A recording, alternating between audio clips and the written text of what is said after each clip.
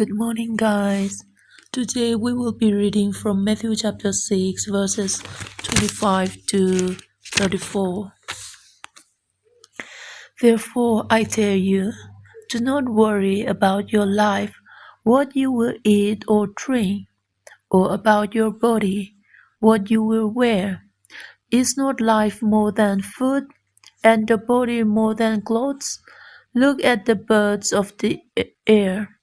They do not sow or reap or store away in barns, and yet your heavenly Father feeds them. Are you not much more valuable than they?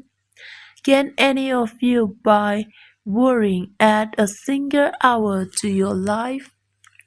And why do you worry about clothes? See how the flowers of the field grow. They do not labor or spin. Yet I tell you that not even Solomon in all his splendor was dressed like one of these.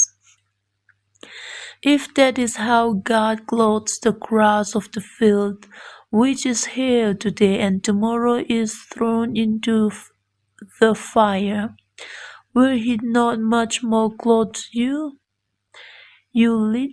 You of little faith. So do not worry, saying, what shall we eat, or what shall we drink, or what shall we wear? For the pagans run after all these things, and your heavenly Father knows that you need them.